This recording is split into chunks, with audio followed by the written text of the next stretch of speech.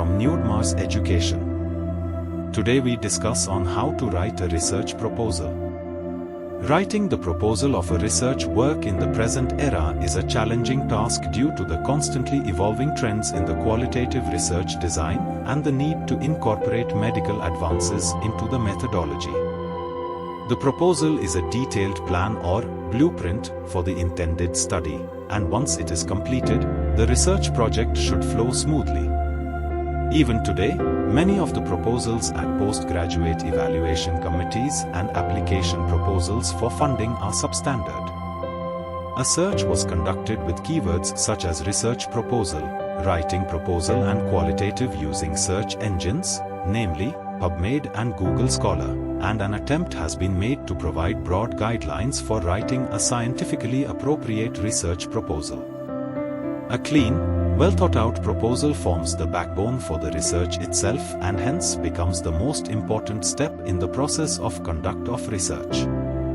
The objective of preparing a research proposal would be to obtain approvals from various committees including Ethics Committee and to request for grants.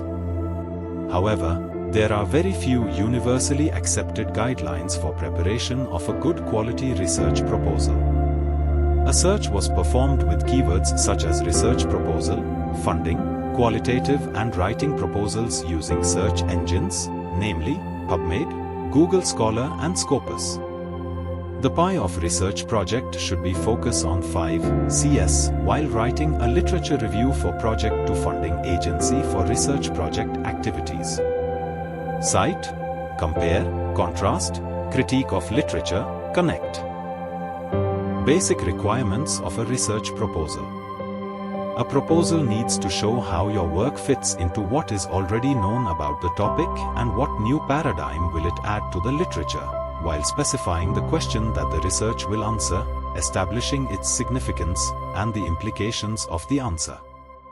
The proposal must be capable of convincing the evaluation committee about the credibility, achievability, practicality and reproducibility, repeatability of the research design. 4 categories of audience with different expectations may be present in the evaluation committees, namely academic colleagues, policymakers, practitioners and lay audiences who evaluate the research proposal. Tips for preparation of a good research proposal include: be practical, be persuasive, make broader links, aim for crystal clarity and plan before you write. A researcher must be balanced, with a realistic understanding of what can be achieved. Being persuasive implies that researcher must be able to convince other researchers, research funding agencies, educational institutions and supervisors that the research is worth getting approval. The aim of the researcher should be clearly stated in simple language that describes the research in a way that non-specialists can comprehend, without use of jargons. The proposal must not only demonstrate that it is based on an intelligent understanding of the existing literature but also show that the writer has thought about the time needed to conduct each stage of the research. Contents of a research proposal. The contents or formats of a research proposal vary depending on the requirements of evaluation committee and are generally provided by the evaluation committee or the institution. In general, a cover page should contain the I. Title of the proposal, 2. Name and affiliation of the researcher, principal investigator and co-investigators, 3.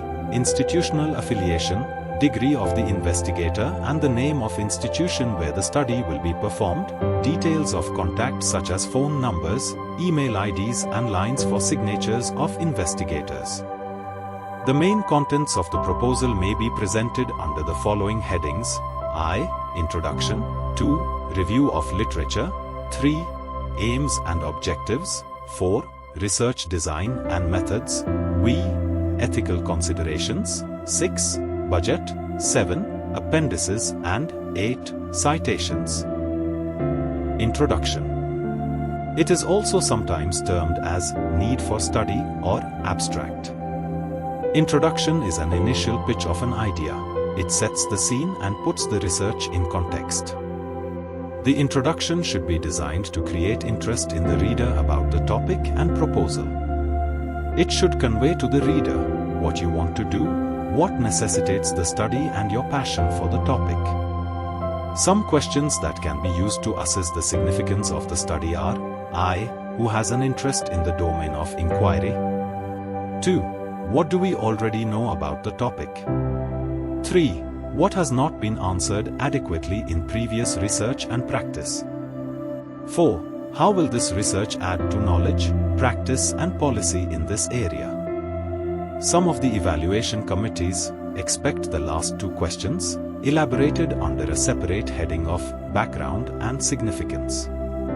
Introduction should also contain the hypothesis behind the research design. If hypothesis cannot be constructed, the line of inquiry to be used in the research must be indicated. Review of literature. It refers to all sources of scientific evidence pertaining to the topic in interest.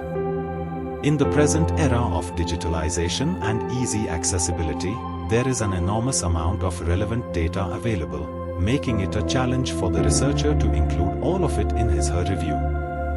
It is crucial to structure this section intelligently so that the reader can grasp the argument related to your study in relation to that of other researchers, while still demonstrating to your readers that your work is original and innovative. It is preferable to summarize each article in a paragraph, highlighting the details pertinent to the topic of interest. The progression of review can move from the more general to the more focused studies, or a historical progression can be used to develop the story, without making it exhaustive. Literature should include supporting data, disagreements, and controversies.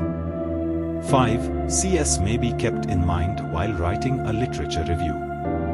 Aims and objectives. The research purpose, or goal or aim, gives a broad indication of what the researcher wishes to achieve in the research. The hypotheses to be tested can be the aim of the study. The objectives related to parameters or tools used to achieve the aim are generally categorized as primary and secondary objectives.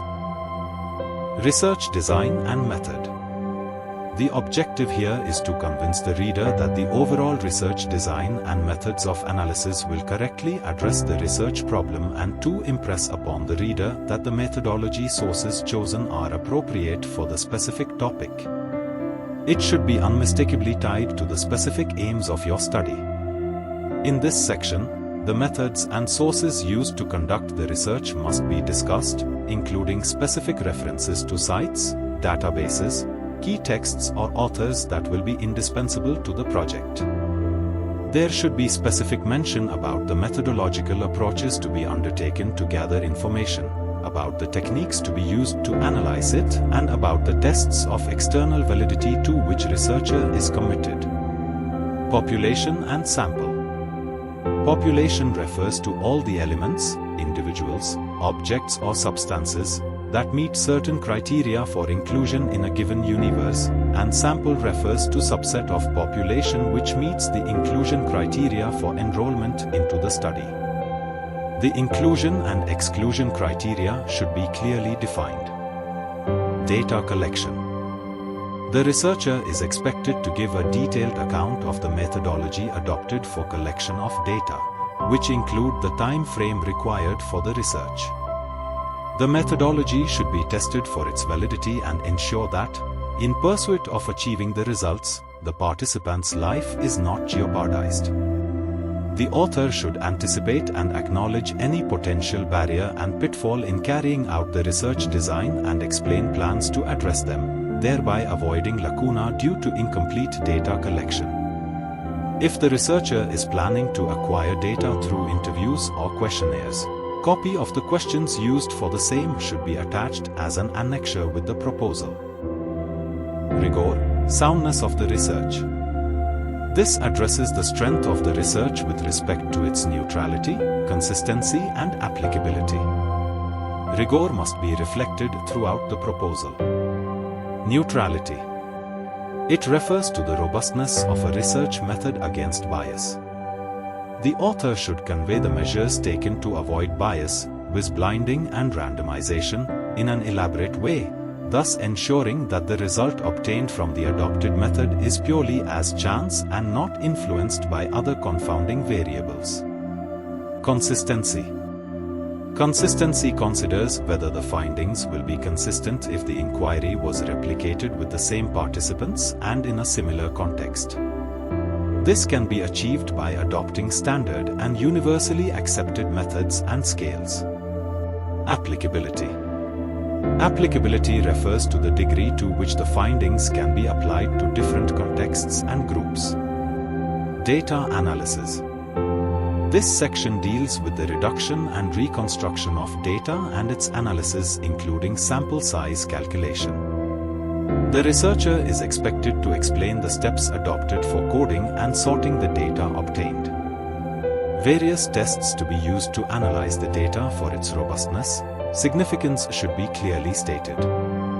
Author should also mention the names of statistician and suitable software which will be used in due course of data analysis and their contribution to data analysis and sample calculation. Ethical considerations. Medical research introduces special moral and ethical problems that are not usually encountered by other researchers during data collection, and hence, the researcher should take special care in ensuring that ethical standards are met. Ethical considerations refer to the protection of the participants' rights, right to self-determination, right to privacy, right to autonomy and confidentiality, right to fair treatment and right to protection from discomfort and harm, obtaining informed consent and the institutional review process, ethical approval. The researcher needs to provide adequate information on each of these aspects. Informed consent needs to be obtained from the participants, details discussed in further chapters, as well as the research site and the relevant authorities. Budget. When the researcher prepares a research budget, he/she should predict and cost all aspects of the research and then add an additional allowance for unpredictable disasters, delays and rising costs. All items in the budget should be justified. Appendices. Appendices are documents that support the proposal and application. The appendices will be specific for each proposal, but documents that are usually required include informed consent form, supporting documents, questionnaires, measurement tools and patient information of the study in layman's language. Citations. As with any scholarly research paper, you must cite the sources you used in composing your proposal. Although the words, references and bibliography are different, they are used interchangeably. It refers to all references cited in the research proposal. If you want to watch more this type of video watching, please like and subscribe. Thank you.